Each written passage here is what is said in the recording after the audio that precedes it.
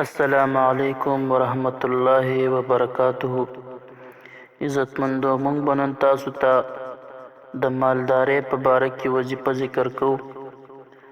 څوک چې وایي یاره زما مالی حالات خراب دي او زما چې کوم دی کاروبار نشته دی او کوم ځای ته چې لاړ شم د کاروبار دپاره یا د دیاړۍ وغیره دپاره زما کار نه لګي، نو د هغې دپاره موږ تاسو ته یو مختصره وظیفه بیانو چې هغه به په شپه او ورځ کې صرف 11 ځله دا وظیفه کوئ.